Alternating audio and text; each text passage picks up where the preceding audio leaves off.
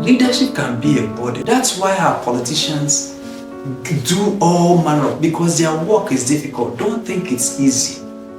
It's difficult. Yes, you have faster cars. You live in bigger houses. You have more money in the bank. But your responsibility has exponentially increased, and it can put you under undue burden. And that's why many of them give into alcoholism, give into drunkenness, give into illicit sex, just to deal with the pain, just to deal with the level of burden they bear. Because even when you are doing good, you will still receive opposition. And it is in the midst of this opposition that if you don't take time, something can crack in you, and you begin to find solace in alcoholism. And alcoholism can provide momentary solace. If it does not work for people, they will not be going there. It works. It works. It works. There are some people, once they take that drug, they forget all that, they can sleep well. Tomorrow life continues. But for now, let me just sleep. But the thing is that it damages the person. So there are ways to deal with stress without damaging yourself.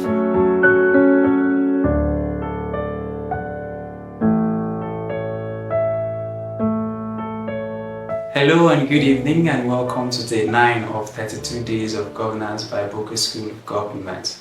I'm happy to receive us back here again to continue our journey into investigating the scriptures to find out sound biblical truths, sound biblical principles that we can apply to everyday life, everyday governance, and everyday societal issues. So today we are looking at relieving the burdens of leadership. Relieving the burdens of leadership. We're looking at that. That's the topic, and that's the focus of our study this evening. Relieving the burdens of leadership. So you see, leadership comes with burdens which can be damaging. These burdens can be damaging if not well managed. Leadership comes with huge burdens, associated costs of leadership. One might think that it is easy until you begin to do it, and you will see the associated costs of leadership.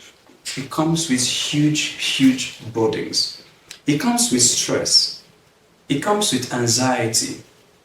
It comes with burdens. It comes with so much pressure. There's so much to do, and everybody's looking at you. It comes with so much expectations. I think there is a maxim that says, to whom much is given, much is expected. Even from mere expectation, if you had won an election, for instance, and then you've been appointed into an office, sometimes people want to start seeing changes from day one. So that trying to meet up with the demands of the people, because there are truckloads of governance demands. People want to fix this, people want their roads, people want the hospital. You are trying to balance out, you are trying to appoint the cap. So it is stressful. Leadership is quite stressful. But it is not just leadership that is stressful.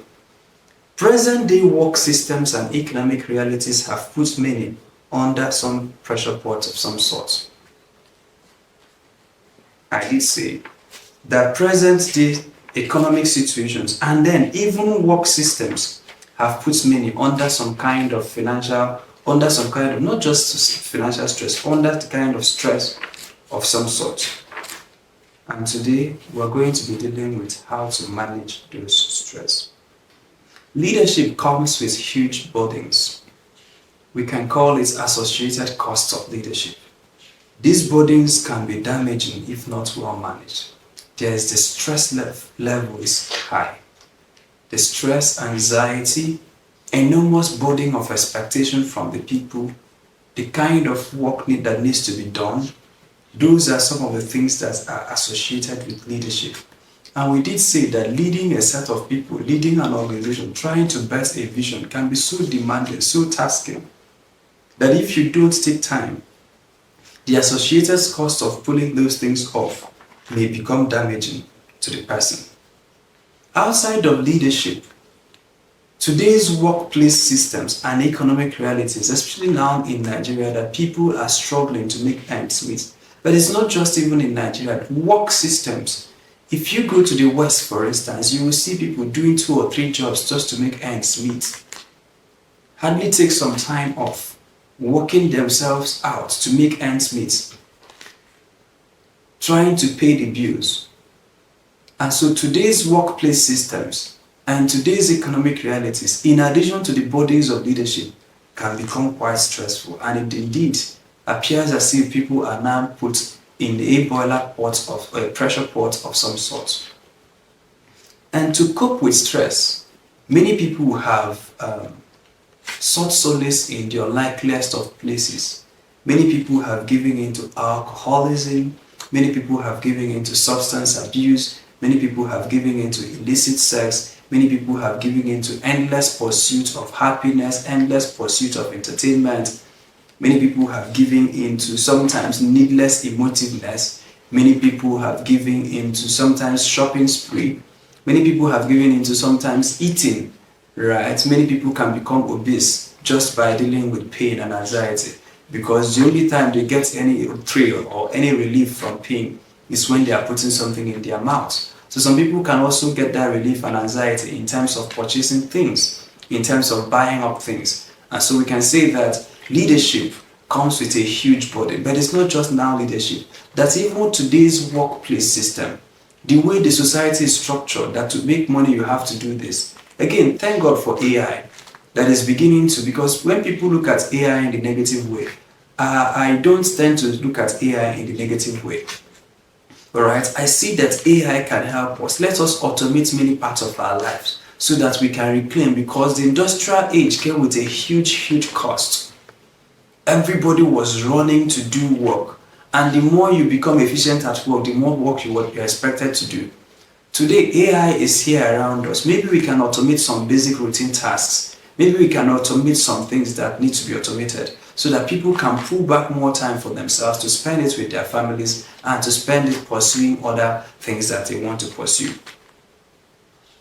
Remember yesterday we talked about pain, managing anxiety, managing defeat, managing disappointment. And so today, if people don't manage that well, they could use alcohol to cope. They can't drink away their sorrow, literally, but drinking can make them forget about it. But the bad thing with this method is that as you have drank now, the problem did not go away. It's just that you forgot it for a minute. And then when you are now back to your mind, when you are now sober, the problem looks at you in the face. And then to escape that pain again, you have to go back to that same alcohol. So you are now going to put yourself in a perpetual state of, tipsiness, or being an alcoholic. And the thing with this is that if you took one bottle today to take away pain, and one bottle was able to cross you over to the fantasy land, as you continue to go through that, you may have to use increasing doses of the same medicine. So if yours is, for instance, drugs, you see that many people start up with what we call gateway drugs. They may start with secrets, but at some point, they add small something to it. At some point, they add small something to it. Some people may start with beer. At some point, they add small thing to it. At some point, they now have to drink spirit. And at some point, they now have to add tramadol to the spirit. At some point, they have to now graduate from spirits to something. So you need increasing doses to put yourself away from that anxiety, to put oneself away from the pain. Sometimes you could find solace. You see people finding solace in illicit sex. Illicit sex. Illicit sex. Now, it could help them once or twice in a week. Now, today, they need to do it with multiple partners, sometimes with multiple partners at the same time. All kinds of perversion, just so that they can deal with stress. Just so that they can deal with pain. There are three kinds of stress. There is the soulish stress. There is the physical stress, and then there is the spiritual stress. Because we know that man is a spirit that has a soul and then lives in the body. What do we call soulish stress? These types of mental and emotional stress. So for instance, someone who got dumped, or someone who just lost a loved one, or someone who in the Nigerian palace, they served a breakfast, someone whose relationship just collapsed. He's not under any physical pressure, but his emotion is not in the best place. So we call that soulish stress, the stress of the soul, the noise in the soul. Then there is the physical and bodily stress. This one comes with, again, all these stresses are intertwined. It's not as if they are separated from each other, but for better understanding, we want to classify it. There's also the physical stress. This can come from exertion. from applying oneself or exerting oneself. Imagine that you went to the airport and then your flight was delayed by maybe a factor of 4 hours. By the time you stay at the airport lounge, finally the plane came, you guys boarded, and then you now stayed in the plane for 30 minutes again. Eventually you landed, and then you had to wait for your bags to be sorted out. And then as the bags were coming on, you didn't see your bag. You waited for like 15 minutes before you dragged your bag. So by the time you get home, you are exhausted. Or sometimes the kind of work you do, you run to, and especially for people who live in fast-moving cities. Example in Nigeria would be Lagos. The kind of stress people go through daily, physical stress people go through daily. Then there is the spiritual stress. Again, we have not gotten to that part of the class where we're dealing with spirits, so I will not major on this spiritual stress. So, but we're not the first set of people to encounter stress in our lives. We are not. We are not the first set of people to encounter stress, and we're not the first set of people to meet difficult situations. We are not the first set of people to meet anxiety, to meet uncertainty, to live in a time of great economic hardship, to be in workplace systems where it seems as if everything is trying to strangulate you, everything is trying to take life away from you. We are not the first, and definitely we won't be the last. So you ask yourself, who do we know that has lived through life and was stressed, and how did they manage the stress? And so there are 2 key strategies that we are going to discuss today, and then those 2 key strategies, we now break them into sub-strategies to manage stress. But let us look at the scriptures. The first scripture we are going to call up is that of Numbers. Numbers chapter 11, verse 10 to 17. Then Moses heard the people weeping throughout their families. Moses is one of the leaders.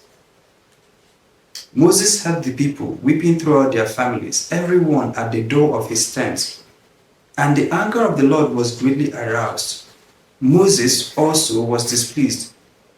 So Moses said to the Lord, "Why have you afflicted your servant? And why have I not found favor in your sight, that you have laid the burden of all these people on me? Did I conceive all these people? Did I beget them, that you should say to me, carry them in your bosom as a guardian carries a nursing child, to the land which you swore to their fathers? Where am I going to get the meat to give to all these people? For they weep all over me, saying, give us meat that we may eat. I am not able to bear all these people alone, because the burden is too heavy for me." There are burdens of leadership associated. Leadership is a huge burden. There are stress, anxiety, too many expectations, trying to achieve, to exert yourself, meeting and pushing through obstacles to achieve your vision. Leadership has burden, and today Moses is under undue pressure. I am not able to bear all these people alone, because the burden is too heavy for me. If you treat me like this, please kill me here and now. If I have found favor in your sight, and do not let me see my wretchedness. I am better, kill me today than to send me back to these people.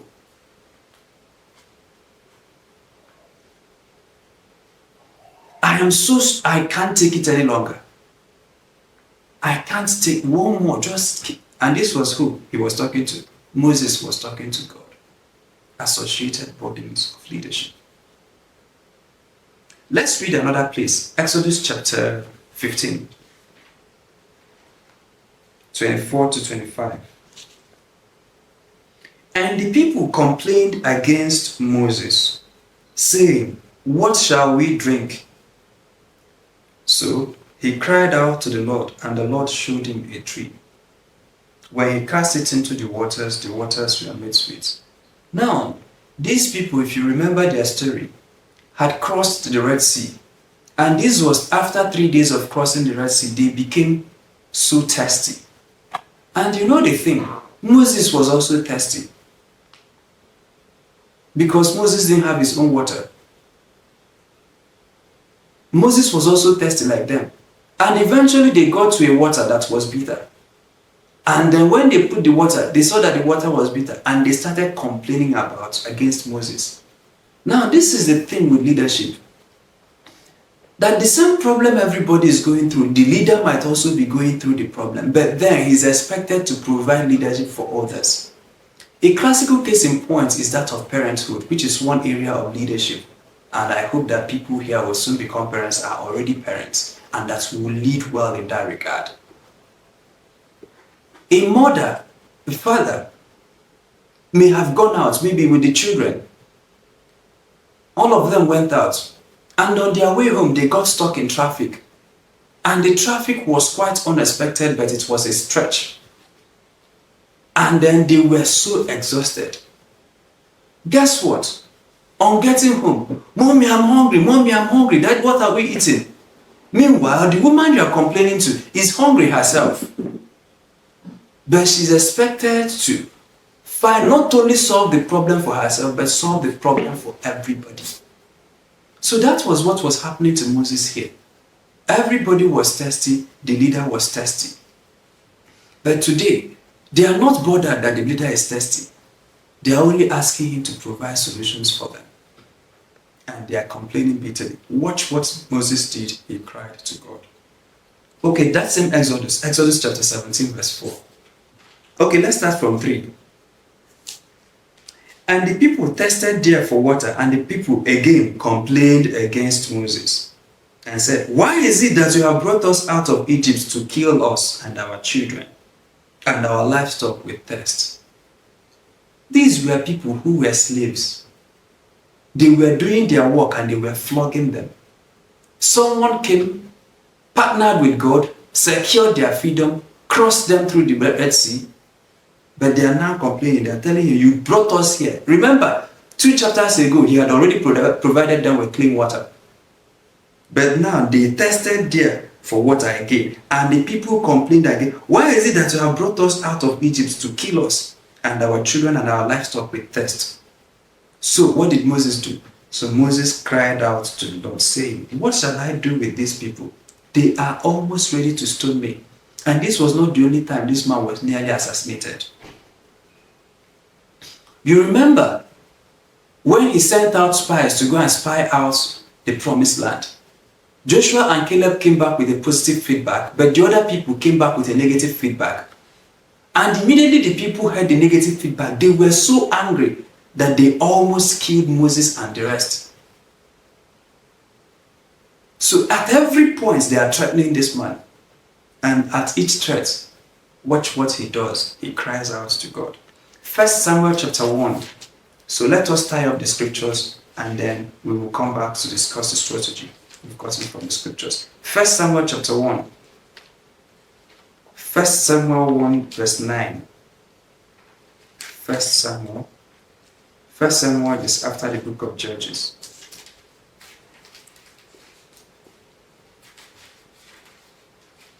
First Samuel chapter 1 verse 9. Now, what am I in Ruth? Oh, First Samuel is after the book of Ruth. Sorry, it's not after Judges. It's after Judges, Ruth. First Samuel chapter 1 verse 9.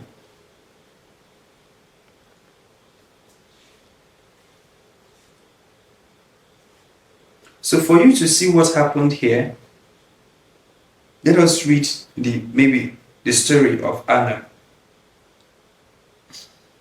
So now there was a certain man from verse 1, 1 Samuel 1 verse 1.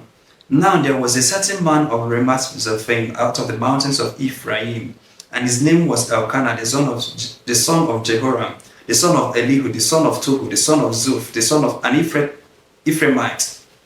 And he had 2 wives. The name of one was Anna, and the name of the other Peninnah. Peninnah had children, but Anna had no children. This man went up from his city yearly to worship and sacrifice to the Lord of hosts in Shiloh. Also the 2 sons of Eli, Hophni and Phinehas, the priests of the Lord, were there. And whenever the time came for Elkanah to make an offering, he would give portions to Peninnah his wife, and to all her sons and daughters. But to Anna he would give a double portion, for he loved Anna, although the Lord had closed her womb. And her rival, also provoked her severely to make her miserable because the Lord had closed her womb. So it was year by year when she went up to the house of the Lord that she provoked her. Therefore she wept and did not eat. Remember that we have said that there are three kinds of stress: the physical stress, soulish stress, and spiritual stress. Today we are dealing with physical and spiritual and soulish. So this woman was suffering from soulish stress. She would want to eat, and then the co-wife would start taunting her that she's barren. She would want to, the taunt was too much, and each time they taunt her, she becomes so stressed that it provoked her. Therefore she wept and did not eat. Then Elkanah said to her husband, to her, Anna, why do you weep? Why do you not eat? And why is your heart grieved? Am I not better to you than 10 sons? So Anna arose after they had finished eating and drinking in Shiloh. Now Eli the priest was sitting on the seat by the doorpost of the tabernacle of the Lord, and she was in bitterness of soul. This is a high-level soulish stress. Bitterness of soul. And she prayed to the Lord and wept in anguish. She prayed to the Lord and wept in anguish. Let's go to 1 Samuel chapter 8. That's the last scripture we'll read. The others, I'll tell you where they are. You can find it. 1 Samuel chapter 8, verse 6. What we are trying to do is to show you from the scriptures men and women who have been under stress and how they reacted. And maybe also say to you, can you learn from the examples? Might it work in your own life? But the thing displeased Samuel when they said, give us a king to judge us. Okay, let's read verse 8, verse 4 so that we understand the context. Then all the elders of Israel gathered together and came to Samuel at Ramah and said to him, look, you are old and your sons do not walk in your ways. Now make us a king to judge us like all the nations. But the thing displeased Samuel when they said, give us a king to judge us. So Samuel prayed to the Lord. Prayer is one way to deal with stress. In the life of Jesus, a night before he was to hang on the cross, he was stressed. Imagine knowing that you will die tomorrow. Not just knowing that you will die tomorrow, you know the details of the death, that they will flog you. The Bible said he started praying. And when he was praying, the Bible says that the sweat was as thick as blood. Or I see Paul and Silas. You remember in their apostolic ministry, they encountered a young girl that had the spirit of divination, that made profit for her masters. And they cast out the demon, and the people accosted them, beat them, flogged them, dragged them to the marketplace, dragged them to the king, and eventually landed them in prison that night. While they were in prison, imagine that you are doing good, you did not steal. Now, if you do something wrong and you are in prison, it is stressful. If you did something right and you were flogged, dragged in this, and you were flogged, dragged in the city, and then eventually in prison, the stress level increases. What did they do while they were in prison? They started singing and praising and praying. There is something about prayer that it relieves. Well, that's one of the things about prayer. There's a scientific journal that were referenced talking about what prayer does. And today, even in America, many people are beginning to do transcendent meditation that comes from the East, the Eastern philosophy. Of course, from the East, I talk about India and all of those places. About yoga, about deep meditation as a way to deal with stress. So whether you call it deep meditation, we don't practice yoga, we don't preach it. We think that it has a source. But there is something about prayer, about communicating, that it relieves. So when Jesus is stressed, he prays. If his apostles are stressed, they pray. If Moses is stressed, he prays. If Samuel is stressed, he prays. If David is stressed, remember when he came back and they had taken all his wives away, he prays. You also remember the story of, I think, Elijah. After dealing with the prophets of Baal, he told the king, run ahead of you, the rain will come. And then when he got into the city of Jezreel, Queen Jezebel wanted to kill him, and he ran away. And then he came under the juniper tree, and he was depressed. Guess what he did? He talks to God again. You remember the story of Jonah? After he had gone to preach in Nineveh, and then he thought that Nineveh, that heavenly bombs would start flying everywhere in Nineveh. And when it did not happen, guess what he did? He started talking to God. Every one of them you studied that has gone through stressful situation, there was only one response: prayer. And today, science is beginning to say that there is something meditation does to people, that there is something prayer does to people to relieve stress. Now, praying may not take away the problem, but it can take your eyes off the problem. Now, a good example to prove this point to you is that when you are going through stress, especially solace stress, and you call someone and you are telling them about the story, our people says that problem shared is problem what? Half solved. But the problem with that is that you're putting yourselves in risk, because that problem you shared can be on CNN the next day. That problem you shared can now be on one blog the next day. And someone can just say, well, things are happening, and then your story is on the blog. Then the story can be safe as long as the relationship is working. But at any slightest misunderstanding, you could find yourself on LinkedIn blog. So that's why a lot of people keep back a lot to themselves, especially those ones that are potentially damaging if it gets out. But there's another person we can talk to in the place of prayer, and he will not judge. It is St. Paul who says, pray in all kinds of prayers. And you know why people don't go to God when they are stressed? Maybe they've not been appropriately taught the subject of prayer. Because they think that prayer is only coming to tell God, God, I want a car, thank you for life, thank you for the food, and then you do your thing. And so Paul says, pray all kinds of, there are many kinds of prayers. The ones you are praying now inclusive. But that's not just the only kind. There are days you come, it becomes a conversation. My Father, I'm stressed. This thing no easy. I'm stressed. You can even cry there. You can talk to, pretend as if there was somebody there, and there is somebody there with you. The same way you will be telling a friend, a trusted friend, that is the way you go to the place of prayer. Especially when you are stressed. When you are stressed, it's not the time to pray high intensity prayers for people who believe in high intensity prayers. It's not the time to exert yourself. You are stressed, you are coming to cry. And when you come there, say your mind. Jesus said his mind. If it is possible, let this cup pass over me.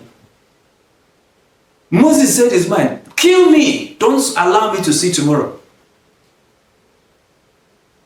Elijah said his mind. Sometimes you can be angry with God. Tell him. Tell him. No be you send me for this worker.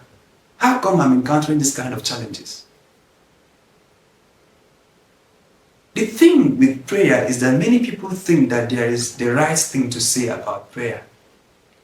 How to say the right words. The person you're talking to knows that you are stressed. But instead of telling him you are stressed, you are now pretending to say thank you for the day. Well, after thanking him, tell him what is going on. Be naked before this man. Be naked before you. Tell him what is happening. Pour out your emotions. It is one of the ways to deal with stress. In fact, a version of that has been modified and is now being taught in our psychology schools. To start journaling your thoughts. To start writing down how you are feeling. That's the same thing as prayer. So that thing you are journaling your thoughts, speak it out in the place of prayer. So prayer is one way to deal with stress. We've seen it in the life of David. We see it in the life of Moses. We see it. And then when you get there, say it as it is in your heart. I feel like strangulating this girl. Say it there. I feel like walking out of this relationship. Say, I feel like ending all of this. Say, end it all here. Say it here. The bad thing is that people who don't tend to say it there tend to want to carry this burden alone. If they have good social circle, it can help them. Because that thing they would have said to God in prayer, they can say it to their friends. But the thing today is that many people don't have trusted friends. Many people don't have who to talk to. And therefore, they bottle a lot of pain inside, a lot of anxiety inside, a lot of pressure inside. And then they now let it out through alcoholism. They now let it out through illicit sex. They now let it out through drugs. They now let it out through... When you see politicians buying cars every day, many times it's because of stress. It's not the only explanation, but it's part of it. Because shopping can be a window out of stress. The person is pained, but he knows that if he buys a big car today, that he will feel happy about it. He knows if he buys an expensive wristwatch, he will feel happy about it. And so they go on shopping spree. Especially for women that have resources. Once they are suffering through heartbreak, see, they shop a lot. They buy things, especially if they have the means. Because anytime you buy something, it gives you an emotional happiness. But guess what? The relief you get from buying will wear out after a few days. So you need to buy more. So you need to buy more. So you need to buy more. The same thing with the relief people get from sex. It wears out. So you need to have more of it. At some point, you need to have more with multiple partners. At some point, you need to infuse alcohol to the sex. At some point, you need to infuse alcohol plus drugs to the sex. At some point, you have to infuse alcohol plus drugs plus other perverted way. Because that same high you got from the first time, you need to have increased doses to be able to get more. Same with drugs. And these coping mechanisms, as a result of the economic hardship, as a result of the huge associated cost of leadership, we are saying that these things can be damaging, and that one of the ways to deal with stress is by talking to God. Anytime you receive an assignment, you receive the grace for the assignment. The problems you go through, if you are graced, another person goes through them and they can collapse under it. There are things I can't put myself through, but these things that I'm doing, I am particularly graceful. I don't even notice the stress. But of course, sometimes it comes to me. But if I leave my lane and try to do your own, stress. So one of the ways to deal with stress is, look well, are you fulfilling your mandates? That thing you're doing, should you be doing it? If you should be doing it, should you be doing it at this time? But if you're sure that this is what God sent you to do, and you encounter difficulties, because you will always encounter. Look at Jeremiah, look at Isaiah, they all encountered. In Jeremiah 32, you will see where he was discussing with God, a man that was stressed. If God sends you and you encounter difficulties, you now come back to him. And usually he gives you grace. So there are two ways God answers prayers. First, he answered by giving you his word. He says to Joshua, have I not commanded you? Be courageous. Have I not told you? Be courageous.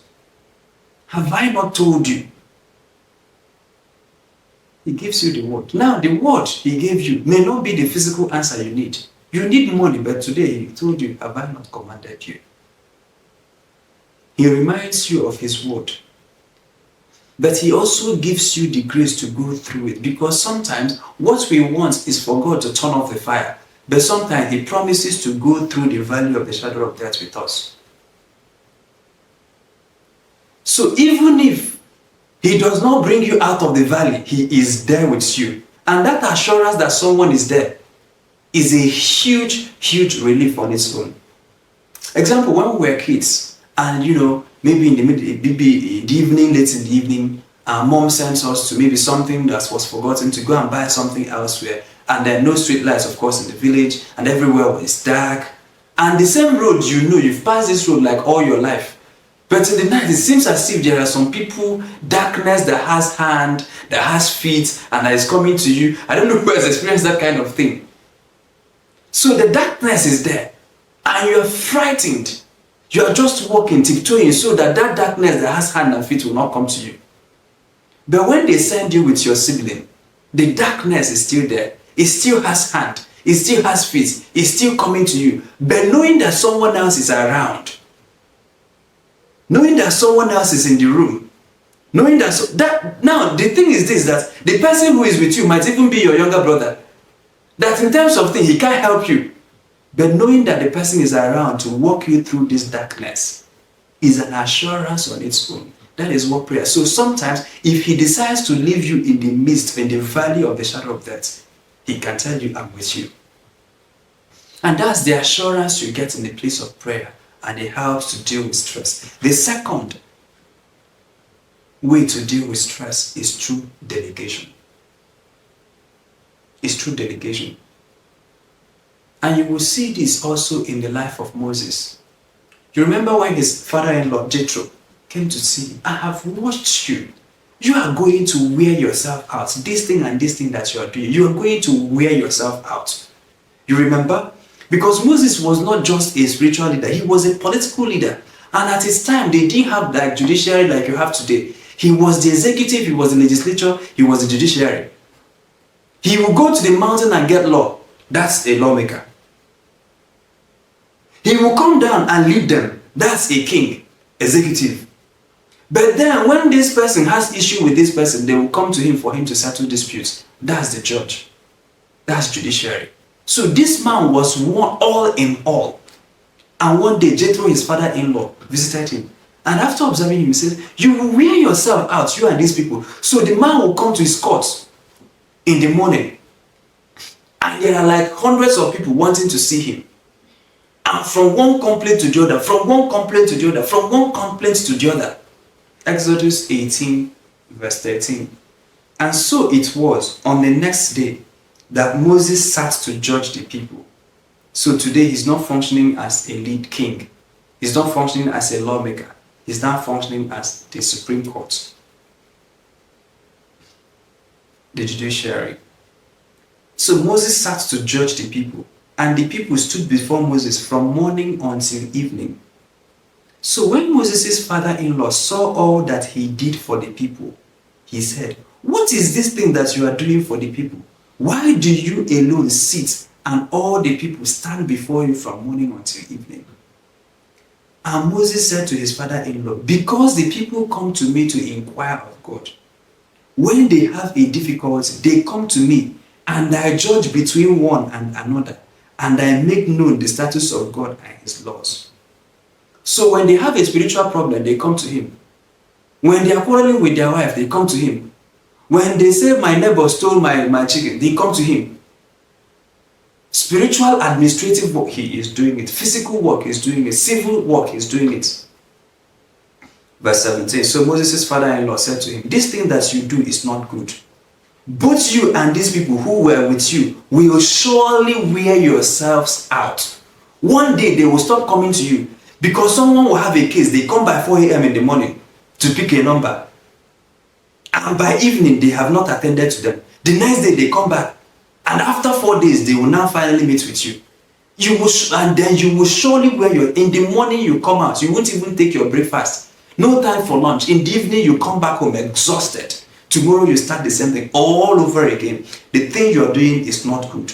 Both you and these people who are with you will surely wear yourselves out. For this thing is too much for you. You are not able to perform it by yourself. And we must realize that some of the vision we have, we are not able to perform it by ourselves. I'm talking about delegation now. Listen now to my voice and I will give you counsel, and God will be with you. Stand before God for the people, so that you may bring the difficulties to God, and you shall teach them the statutes and the laws, and show them the way in which they must walk, and the work which they must do. Moreover, you shall select if you mark your Bible, you shall select from all the people able men, such as fear God, men of truth, hating covetousness, and place such over them to be rulers of thousands. Have you seen where they created states? To be rulers of hundreds. Have you seen where they created local governments? To be rulers of 50s. Have you seen where they created councils? And to be rulers of 10s. Have you seen the polling units? The meta structure of the society. And let them judge the people at all times. Then it shall be that every great matter they shall bring it to you. Have you seen the Supreme Court? But every small matter they themselves will judge. Have you seen the other lower courts? This is how they set up their judicial system, and this is how they set up their public service. They divide men in 50s, in hundreds, in thousands. If it is today's balance, we call them, they create a new state, call it Anambra, put a province under it, put a structure under it.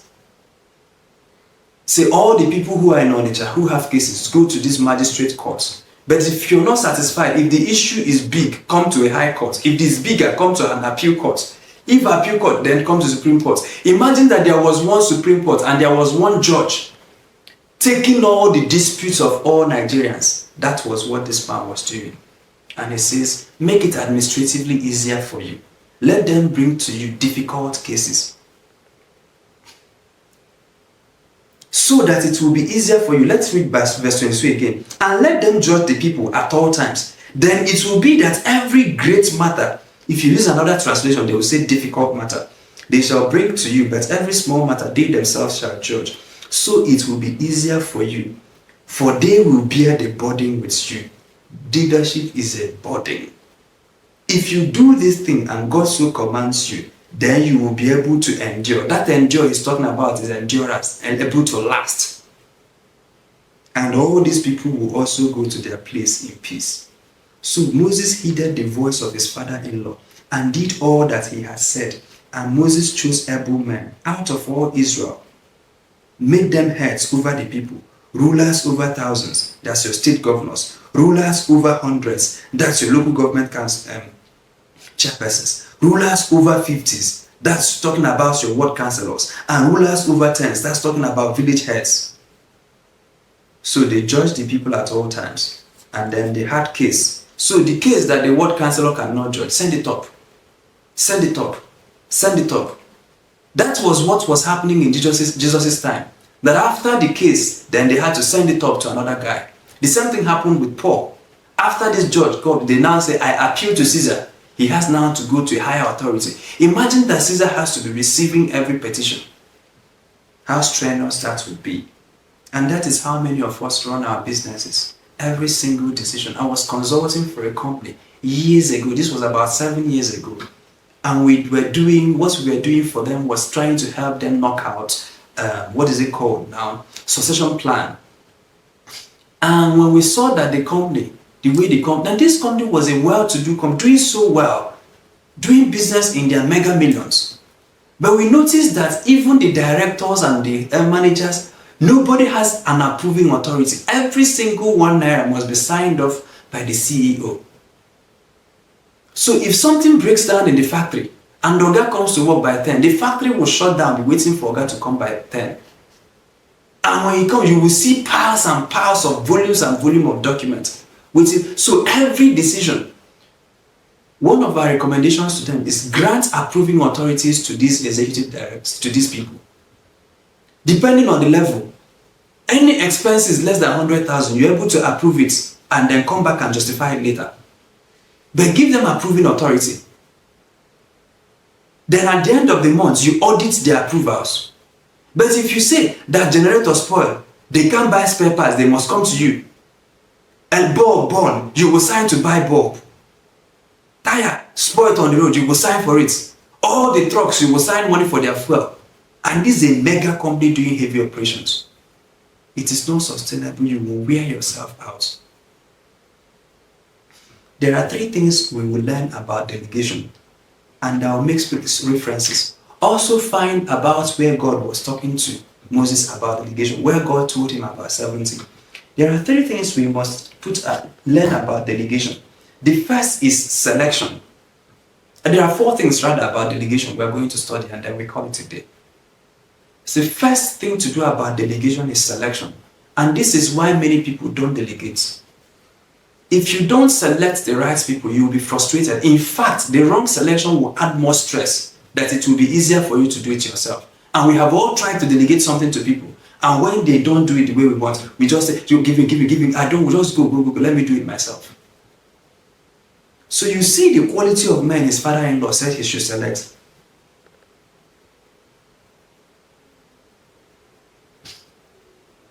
Numbers 11, verse 16. Mm-hmm.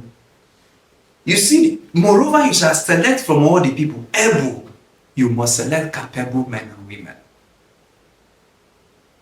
They will fear God. Men of truth, hating covetousness. So they will be skillful, truthful. They fear God. They are not covetous. These are the qualities of the man he recommended. So you in your own case, look at your own case and look at the quality of men you need. Take an audit of what the most difficult tasks are. So I read a book by Tim Wise called The 10-Hour Work Week. I tried to read that book again last 3 months, but I couldn't read it again. They have updated the book, now turned it into a course, now turned the book into a story. But the first edition of the book, if you can lay your hands on it, it helped me to structure my business. It's called 4-Hour Work Week by Tim Wise. He said, eliminate the $10 jobs. I'm not going into meta explanation. But it says, eliminate some basic operations. Outsource it, give it to others to do. But for you to get that done, you will have to select the best people. Don't bring incompetent people and delegate something to them. Either that thing will fail spectacularly or that they will add to your stress. In fact, now that you are doing it is stressful. Now that you are now shouting on someone else that is not doing it right, it is even much more stressful. So don't jump from frying pan to fire. Your delegation will start by selection. Select the kind of people you delegate to. Now, if you have passed the selection stage, so at the selection, it's where you critically look at what do I need to ease off. I need people to be doing administrative work for me, clerical work for me. I need someone to be my PA. Why do I need a PA? So that he will be doing this. First, you find out what they will be doing. And then you now determine what is the skill set of the person who should do this work. What is the mindset of the person who should do this work? What are the intangible skills of the person who is doing this work? Should he fear God? There are some work that don't require the person to fear God. Just know how to press computer. But there are others, especially when it comes to handling finances, managing sensitive secrets, responding to your emails, responding to sensitive company data. You may have to be sure that those people are the people whose hearts are in the right places. But don't just focus on the hearts. The hands must be there too. The person must be competent and adept at doing that which you want to delegate to him. So the first point of delegation is selection. But after you have selected this man, and this is where many people stop, they call for an interview and they hire the people, they got the CVs, they hire the best candidates and they stop. No, you will still be frustrated, at least from experience. You go deeper than that to train them. At the training level is where there is transfer of skills, where you now try to tell them, this is how I like to make my egg. I don't like it overcooked. This is how I try to do it. So you have hired a cook. The cook is good. But you now, at the level of training is where you tell them, I don't like overcooked egg. You can even make one to show them. I don't like it too spicy. I don't like it too salty. I don't like vegetables that are dead. You just put the vegetable, just warm it up a little bit, but don't kill it. This is at this stage where you begin to tell the people, to get the people to see, to work like you. The level of training. Many people get the recruitment right and then get the training wrong. And in fact, some people get the recruitment wrong and they're now trying to train. If you hire the wrong people, even if you pour 1 billion in training, it is going to go down the drain. So hire the right people, find the things you need, find the metrics. I see some people want to hire PAs and they go to their village and they bring their nieces because they can trust them, because there's a bloodline. So you have hired someone you can trust. That's a heart issue. But the person is not skilled. So although you have a PA, but you are still doing the work yourself. So the person must check off the heart issue and then check off the competence issue. Heart and hands must be there for you to delegate effectively. After you have hired the right people, begin to train them. Get them to see things the way you see. Get them, if they're going to be writing for you, walk through them through the kind of writings you like. Show them the ones you've written before. Navigate, help them. Some people just, because they hire some people, they just dump you there and expect you to work miracle. Meanwhile, you don't know what their preferences are. You don't know how they like their eggs to be made. You don't know how they like their omelets to be made. You don't know how they like their juices to be made.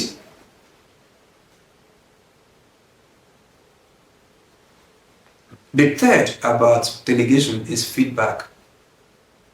And this is where a lot of people get it wrong too. They don't know how to offer feedback, especially constructive feedback. Now you've hired the cook and he did not get it right. Take this nonsense away from here. You are expressing your emotion, but you have not said what he should do better next time. Yes, you're frustrated, but you've not said it is nonsense because it was too salty. It was nonsense because it is not salty enough. It's nonsense because, so in feedback, many times when we're giving feedback to delegated issues, we try to express emotions. No, expressing emotions is not feedback. You are frustrated, yes, that they didn't get it right. But that's not feedback. The only thing you are telling them is that you are angry and they have gotten it. But you're not telling them how to do it better next time. So feedback must be constructive. Here is what you did right, continue. Here is what you did wrong. And this is how you can do it better next time. I can understand that it's frustrating. But many times, especially at the early stages of delegation, you have to check your emotions, check the feedback to make sure that the feedback is always constructive. And many times, like we had yesterday, we focus on the negative feedback. You have to be balanced. If the person does one thing right, tell them, yes, you got it right. Reinforce that positive behavior. If they got it wrong, tell them, no, you didn't get it right. This is how you can improve it next time. If you're angry, yes, you're allowed to vent your anger. But after you have vented those frustration, if you can, don't vent it. But if you must vent it, there's a way you vent the frustration. It breaks down the communication. So offer feedback. And this is why at this third stage of offering feedback is where people go back to doing it themselves. So they shout at the person today, shout at the person the next day, shout at the person the third day, and then you know what? Stop writing my emails for me. They will go back to the thing that was stressing them. Parents always do this, especially mothers. They tell their child, sweep the room for me, sweep the house for me, and the person is sweeping it and you don't know if they are sweeping the house or if they are just distributing the sands. And the person will just, give me that broom, and then she will sweep it herself. So this is where you need to learn strategic patience. There is strategic patience about delegation. And when you start delegating, your stress level will actually increase. When you start delegation, assuming that you're performing 10 tasks in one day, and you've even found a balance, but you know that this thing you are doing is limiting you. That if you keep, like someone told me today, if you keep doing this you're doing, how will you find the time to do others? And so because I'm doing this, that I've not found a way to delegate it as yet, it is limiting me from devoting my time to other more productive things. But now that you're doing 10 tasks in a day, you now bring in an associate to help you with 3. But guess what? Your feedback on the 3 is actually you doing the 3. So you're now doing 10 tasks plus their task of giving feedback. So you have now, so at the introductory level of delegation, your stress level may increase. And if it increases, many people now run back to start doing it themselves. So you delegate. When you start delegation, do it with the future in mind. Have a futuristic approach. Give it 3 months, give it 5 months, give it 6 months. Delegate with the future in mind. Delegate with the future. In fact, some people who have drivers, the first time they hire a driver and they go to the back seat, they're almost from the back seat driving for the driver. Come on, can't you see that the man put point they on the back seat, but they're still driving? Because you can't be a better driver than them, especially for people who are good drivers. If they are the ones that find it difficult to find a driver. Although they know that at this stage of their work, they need a driver actually, but they find it difficult. Also with men that knows how to cook, bachelors, they don't marry early. They don't. Because that thing that they can do it. And the girl comes around, the girl cooks and he doesn't get to, he runs, he instead of offering feedback, he just throws you out of the house. So those places where you have mastered the art of doing it, those places where you are highly skilled, are the places where delegation is waiting for you. And most times, many people don't like to give up areas of their lives where they have mastered. But according to Tim Wise says that these are $10 jobs. Delegate them. What does he call $10 jobs? He says that you should quantify your time. The work you currently do, if you spend 1 hour doing it, how much do you earn? So, if for instance, you write a writer or an editor, and if you spend 1 hour editing work, maybe editing a book, editing an article for someone, after full 1 hour of work, what do they pay you? Now, that thing they pay you, put it aside. Now, take any house chores or anything that you also do that is not that editing, that pays you the highest bill. Say washing your clothes, say washing your car, say replying emails, say reply, you know what those $10 jobs are. And reply it for 1 hour. Say booking of flights, say booking of hotels, say, all of those other things that don't make you money. So when I read this book, I stopped washing my car. Because I found out that on the average, I now measured, it took me 45 minutes to 54 minutes to wash a car, a salon car. After reading that book, I said, no, if I stay on my laptop and waffle, and then by the time they were washing cars for 700, 500 in Oka, where I lived, I said, if I write for 1 hour, I will produce value more than 700. And therefore, I take it to the place, give them the car to wash. Meanwhile, 700 is not the only thing, because I'll spend my money, I'll also spend my physical energy, I'll also buy detergent. I send it to them, stay there and be reading my email. I'll be reading the news. In 45 minutes, by the time they are done, I have now read the whole news for the day, and I'm prepared, I'm more productive. So the man says, look, take an audit of your life, cut out those things. So my 1 hour, say that my 1 hour, if I work for 1 hour, I get paid 10,000, for instance.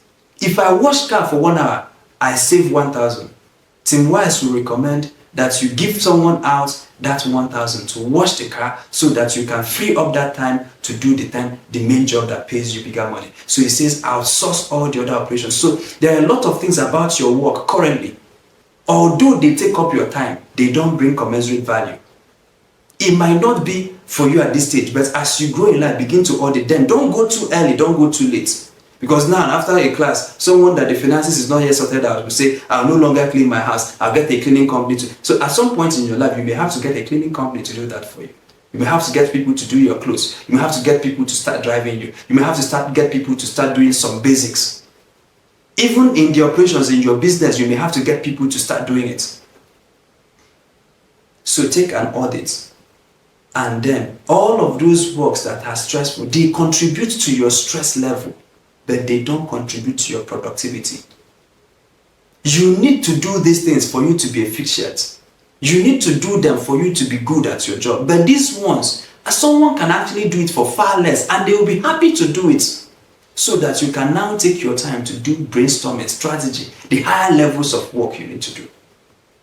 Those are $10 jobs. So at the level of feedback, know that you could actually increase your stress. But after a while, especially if you're doing it for the long term or the medium term, you will begin to see the things trickling in.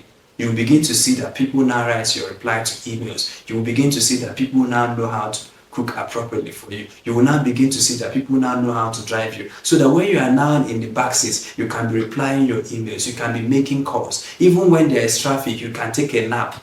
So those are some of the things. So your productivity can increase without your stress level getting increasing. So delegation. The last thing about delegation, we've talked about the first, which is number 1, selection. Number 2, training. Number 3, learn how to offer feedback. Yelling is not feedback. Shouting is not feedback. Cursing is not feedback. You are foolish is not feedback. Never do well is not feedback. This is why I don't like you people. It's never feedback. It's not feedback. Learn how to rein in on the emotions and offer constructive feedback. Feedback that will get you closer. Now, there are some things we call feedback. You express your emotion, but it does not get you closer to what you want. So you want to put them away and learn how to offer feedback.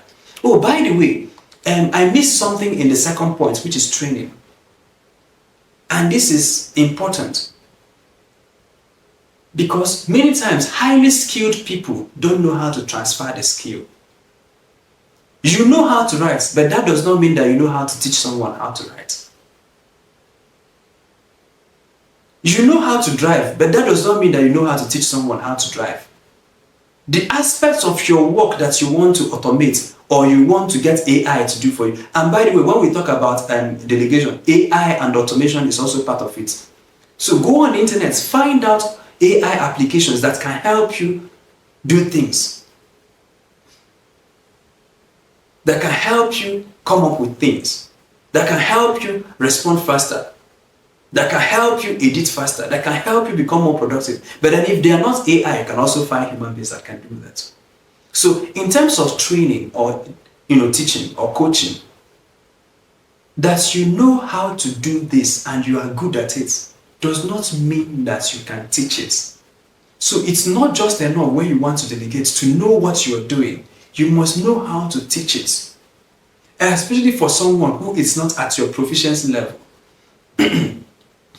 I learned this when I left secondary school. Because maybe my result was a bit, so the school retained me to just keep teaching in the secondary school before I got admitted. And eventually ran away from the school. I got admitted. That's a story for another day. But the thing is this, that after my secondary school, I went into teaching. But me, I know mathematics.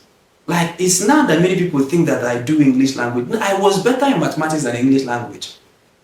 I was better in advanced mathematics than all. So mathematics for me comes so easy. So easy. So at the level of my frequency level, so I expect you to understand that 1 + 1 is 2. I expect you to understand quadratic equation. I expect you to find x. I expect you to find, once I've taught, so there are people who pick it easy. So once you teach it, they pick it quickly. But I've noticed that there are others. You may have to drive it. They don't pick it as fast as you pick. And this is the thing about training, that at the level that you are in now, you have become so proficient that you expect that proficiency automatically manifests in another. So you have gotten excellent at the work you do. So that level of excellence will make you feel that anybody who is not functioning at that level of excellence is foolish or a dullard. I'll give another example. I was a writing clinic I ran, I can't remember what year now. And my goal was to get people who have not written before to write. And I think that some members of this platform attended that writing clinic I did. And some of them benefited immensely from it. So I now asked people, how did you know that you don't know how to write? And they said, compared to, I said, every single author you've read, that was not their first writing. For them to write something that got to you, they have become professionals in writing. It's something I tell musicians. Don't be so carried away. Someone comes out and says, this is my first album. No, it's not true. They have been singing things that did not click. They have been rehearsing. They have been doing studio sessions. They have been backing up for people. They have even released one full album that did not sell. Eventually one broke through. But at the time you are hearing their music, they have done it according to Malcolm Gladwell, sometimes for 10,000 hours. And so you are now reading the book of a person who has written at least 10,000 words. But you are in your first 100 words, and you are comparing your first 100 to someone who has written for 10,000 words. Malcolm Gladwell in his book Outliers was talking about this. He said that people need to have put in 10,000 hours before they can become exceptionally good at what they are doing. That if you see the A-list athletes that on that particular game that they have trained for at least 10,000 hours. But the thing is this, someone who may have trained for at least 5,000 hours before they write a book That's not their first book. That's not the first time they are writing. They've written some things before, may not have published it. It may be an essay in their primary school. It may be composition. It may be just something, but that's not the first time. An artist that is wonderful drawing on the street today, doing beauty, that's not their first painting. They might have started painting from childhood. If you take their painting and you that is painting for the first time, if you start comparing, you may think that you're a dullard. And that is what we do in terms of training, because that work you want to delegate for somebody, you have done it for 5 years and you have now become super efficient at it. Now this person has not done it for even up to 1 week, but you expect them to take in the same level of proficiency, so that you now see that gifted people or highly skilled people tend to be very impatient with others, because the thing they are doing is now their second nature. You don't even have to think about it. You can close your eyes and they can wake you up from the sleep, you do it. But that does not mean that the intern you just hired yesterday can do it with that same level of proficiency. So you that gathered that skill, you did not learn it in 1 day. Even if you learned it in 1 day, you're able to learn it in 1 day because you have the aptitude for it. You have the giftings for it. But then the thing is that the person may not have the aptitude for it, may not have the gifting for it. And so you're expecting them, so something that took you 5 years to learn is what you want to dump on them in 2 weeks. Many times, expectations during trainings can become unrealistic. And if you have unrealistic expectations, you will get frustrated at it and then get back to doing the work yourself because you can't delegate. Delegation is learned. Numbers 11, 16 to 17. This was that same prayer that Moses prayed. I think that's Numbers of 11 that we read earlier. So Moses came to God and told him, I'm going to kill me today. Don't let me see all these things. I'm highly stressed, for the people are burdened. Now let's read it again. Numbers chapter 11, let's start from 10. Then Moses heard the people weeping throughout their families, everyone at the door of his tent, and everyone at the door of his tent. And the anger of the Lord was greatly aroused. Moses was also displeased. So Moses said to the Lord, why have you afflicted your servant? And why have I not found favor in your sight, that you have laid the burden of all these people on me? Did I conceive all these people? Did I beget them, that you should say to me, carry them in your bosom, as a guardian carries a nursing child, to the land which you swore to their fathers? Where am I to get meat to give all these people? For they weep all over me, saying, give us meat that we may eat. I am not able to bear all these people alone, because the burden is too heavy for me. If you treat me like this, please kill me here and now, if I have found favor in your sight, and do not let me see my wretchedness. The Lord did not even talk to him about what he was saying. The Lord knew he was frustrated. So the Lord says to Moses, verse 16, gather to me 70 men of the elders of Israel, whom you know to be the elders of the people, and officers over them. Bring them to the tabernacle of meeting, that they may stand there with you. Then I will come down and talk with you there. And I will take of the spirit that is upon you, I will put that same spirit upon them. And they shall bear the burden of the people with you, that you may not bear it yourself alone.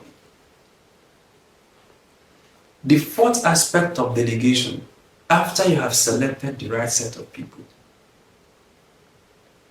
you have trained them, you have offered constructive feedback, and feedback is almost an ongoing thing. The last stage of delegation is transfer of spirit.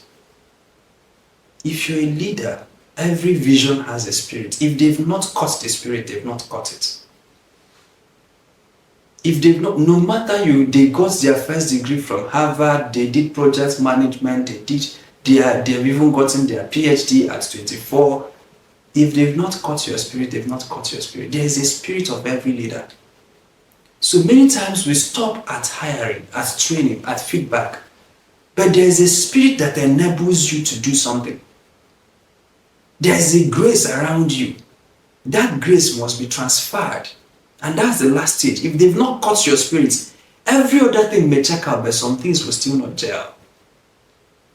You saw it with Moses. When God gave him the vision on the mount, he said to him, I have put my spirit in Oholiab, in Bezalel, crafted, gifted men, so that they can replicate this vision. But many times, we have our vision, and we try to give it men who have not caught the spirit of the vision. And therefore their attitude, although they are skilled, but their attitude towards it is terrible. You need to be doing something for them to catch that spirit. You need to cast that vision well for them to catch the spirit of the vision. If they don't catch the spirit of the vision, you will be turning it. It will be manual labor every day. I don't know if you guys remember that generator that you have to turn until it starts it can pick up. That's what we do. Every day we are manually winding our staff, manually winding our colleagues, manually winding our subordinates. Every day manual labor. It can be tiring. If they catch the spirit of the vision, their response will be better. In conclusion, leadership can be very stressful. It can be painful. If you read Queen Esther's husband, Ahasuerus, his citadel in Shushan, you will see how he dealt with stress, alcoholism. You remember when he called his wife, the queen, to say, Queen Vashti, go and bring Queen Vashti here. Let him come and show how beautiful she is. Let her rather come and show her. That was the talk of a man who was drunk. He was drunk. And drunkenness was his way of dealing with stress. Leadership can be a burden. That's why our politicians do all manner of, because their work is difficult. Don't think it's easy. It's difficult. And if we are going to enter into positions of leadership, yes, you have faster cars. You live in bigger houses. You have more money in the bank. But your responsibility has exponentially increased, and it can put you under undue burden. And that's why many of them give into alcoholism, give into drunkenness, give into unwanted illicit sex, give into alcoholism, just to deal with the pain, just to deal with the level of burden they bear. No matter what you do, you're trying to do good, people will resist you.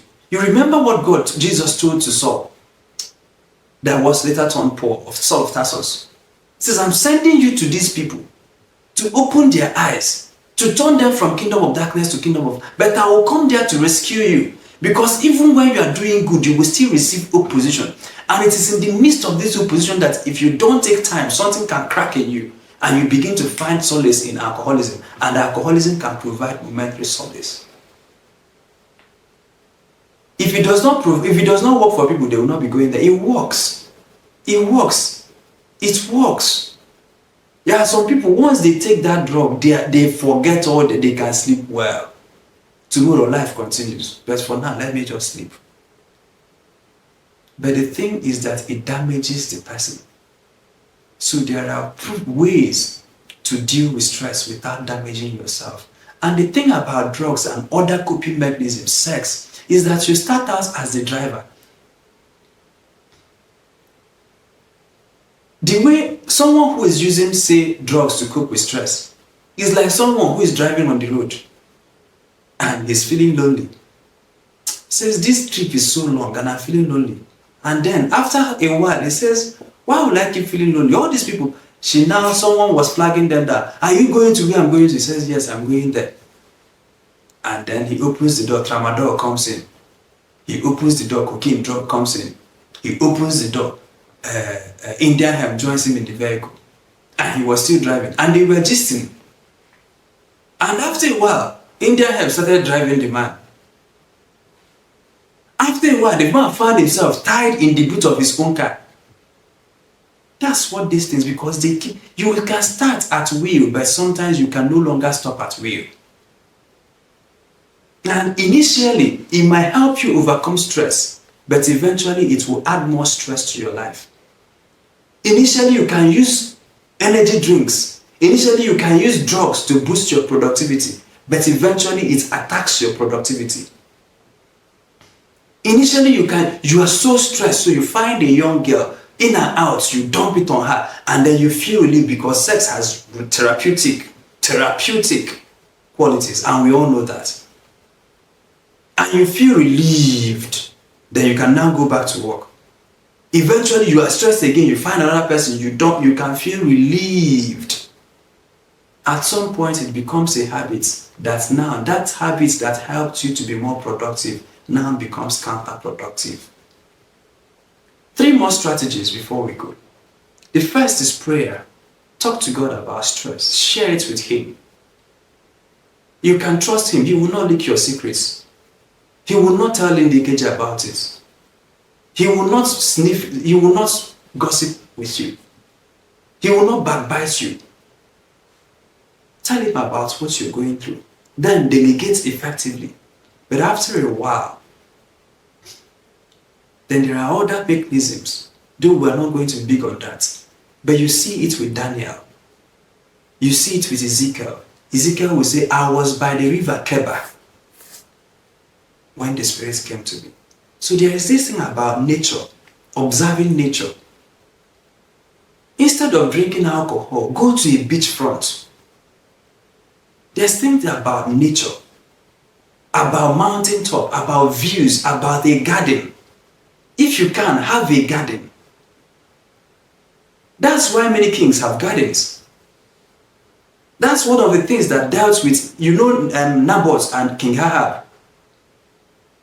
He's stressed, so he wants a garden he will be going to. As he's trying to weed, he's trying to put it in order, just be in touch with nature. It can be garden, it can be water, it can be waterfront, it can be nature. Sometimes people find it in pets. If you are going through difficult situation, maybe get a pet. Momentarily, so to cope with what you are going through, you can get a pet, now we're going into psychology. But we're not big on those things, but something around nature can help you. And others, find people around you, healthy social circle.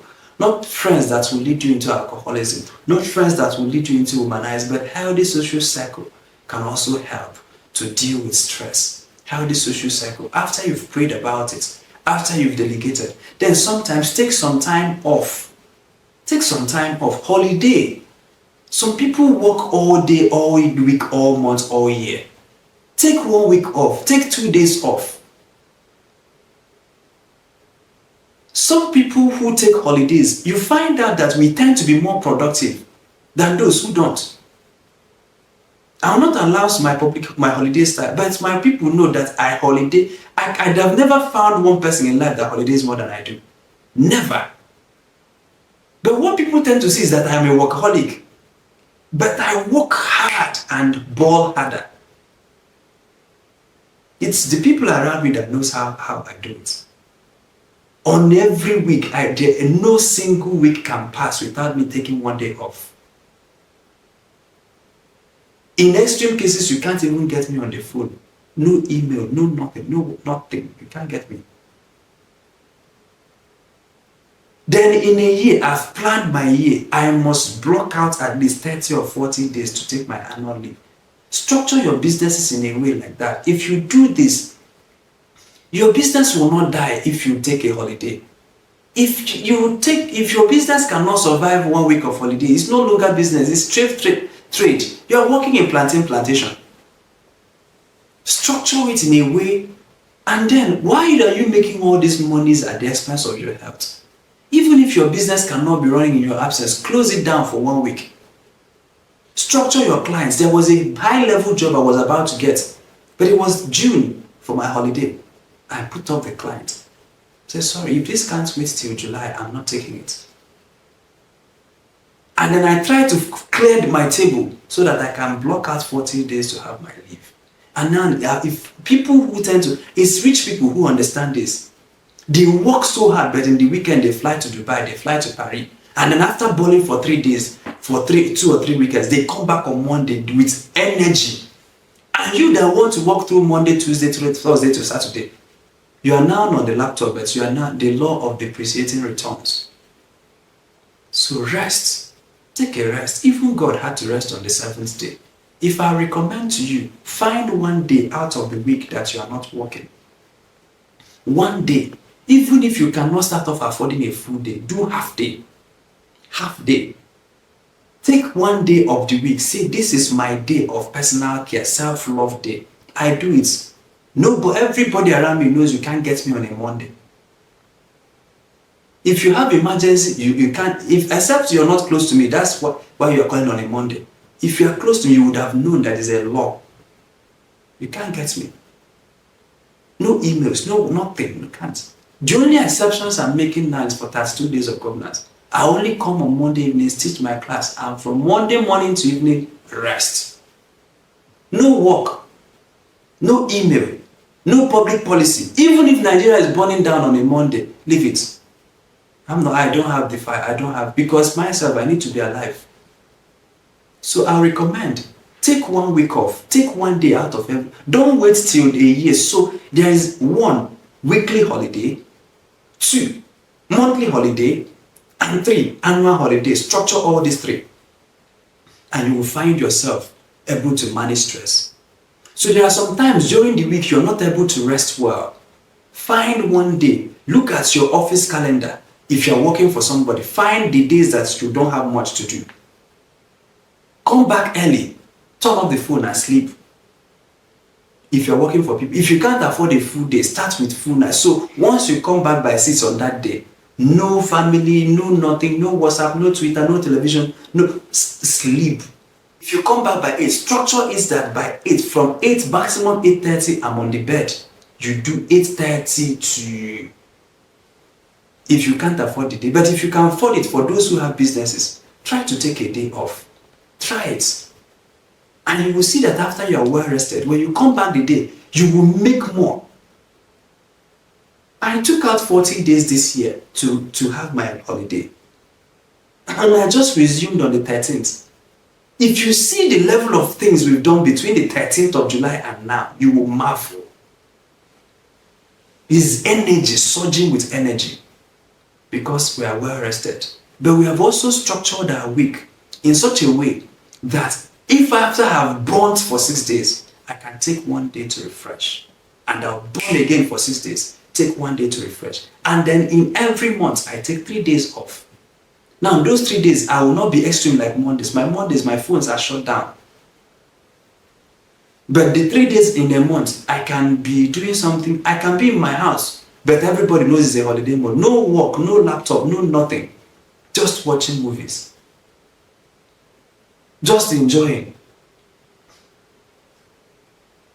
If you can't afford it, if you can afford it, take a weekend off. But if you can't afford it, be in your house, but structure your house to look like a holiday heaven. Those routines, break them, break the routine. 3 days in a month. Usually the last 3 days in the month. But sometimes for most companies, that last 3 days is when they try to balance the account. So if your work is heavy during the last 3 days, take the first 3 days, or maybe the middle, find any 3 days that work for you in a month. So have a weekly schedule. I recommend. It's not a law, I recommend. Find a monthly schedule, I recommend. And also find an annual schedule. So for me, my annual schedule is 40 days before my birthday. I take it off. I rest. I review the outgoing year. I set my plans for the incoming year. That's where all the plans for the years are set. And the good thing about this is that once I take that leave in June, usually before November, I have accomplished all my tasks for the year. Every other thing is bonus. Usually, I've noticed that if I take that my 40 days, and people say you are wasting time, I know. But if you see the result and the impact, I have been doing work for 1 full year, and I have started taking 40 days off, and I've seen that the productivity level has changed. And I've also seen the days I will go on, work for 1 full month. And I've seen how I pause for 1 day, work intensely for 6 days, pause for 1 day, intense for 6 days, pause for 1 day, intense for 6 days, pause for 1 day, and then in the final week, I take 3 days. That's how some of us are able to do some of the things we're able to do. Not that it is much. Not that it is much. But that's how we're able to do it without breaking down, because the Lord has graciously told us about rest. Even Him Himself, He rested on the 7th day. You rest on the 7th day. Rest. There is this thing about 7 days. I don't know. I can't give you the empirical formula. But there's this thing about 7 days. Rest on the 7th day. It mustn't be a Sunday. If Sundays are busy for you, make it a Monday, make it a Tuesday, make it a Saturday. Find anything that works for you. But if you cannot afford it at this time of your life, plan it that anytime you're able to afford it, that you're going to be taking weekly breaks. Sometimes I put my phone on flight mode and watch movies and laugh and enjoy. Try it. Now, if I don't put it on flight mode, WhatsApp will be coming, emails will be coming, calls will be coming. No, I won't receive nada. No, I won't. Any money that I can't make from in the 6 days, it's not on the 7th day that I'll make it and I'll become billionaire. So please, if we can, structure these things into your life. Find periodic breaks. And then also within the day, try to nap, even if it's for 15 minutes, if you can afford it. If you can afford it. Within the day, just take it, just 10 minutes. Sometimes I do it. After working, I stand up from my work, then stroll around for 15 minutes. Sometimes I just bend my head on the table for 15 minutes. After 15 minutes, energy from somewhere. So break the work into manageable chunks. So if I have a work to do for 1 month, I break it into chunks of 6 days. If you have a work to do, break it into chunks. Find 15 minutes within the day to nap. If you can afford it. If you can, start trying to structure your business in a way that it can afford you 15 minutes nap. Try to structure it in a way that it can afford you 1 day off. Try to structure it in a way that it can afford you 3 days off. Now, that 3 days I take in a month, my phones will be on, my WhatsApp will be on. So it is half leisure, but I don't do any strong work. But after that, I find myself refreshed. I will stop here. We have discussed today that there are many ways to deal with stress. And we have seen that Jesus was stressed, he prayed. Moses, he prayed. As Isaiah, he prayed. Jeremiah, he prayed. The woman who was going through emotional stress, he prayed, she prayed. All the leaders, Moses prayed. And then after prayer, delegation. And then in delegation, we said there are 4 things. First, selection of the right candidates. Then transfer of skills to those candidates. Then feedback. And then impartation or transfer of spirits. At this point, I would love to sit back and take our feedback. Yes, what did we learn from the class today? Okay, when we were talking about the issue of rest, I just felt I could relate. Dear everyone, thank you so much for being a part of this, and thank you, team, as well, for steadily coming up with these bits of wisdom that people even pay for. I do appreciate being a part of this class every single time, as I try as much as possible to see if that I'm in attendance every day. Okay. Now, when it comes to rest, right? I think I have seen the wonders of being to rest. However, you've covered the need for rest and how it improves productivity if done well. There's another angle that I've seen that resting helps to develop, and that is confidence. It takes confidence in your ability for you to take time off and rest. A lot of people feel like if they take time off and rest, they will lose that job, they will lose that opportunity, they will lose that contract. And if they lose that contract, where are they going to get another one? So that one already, the thought of resting brings up a lot of other questions that adds to the stress.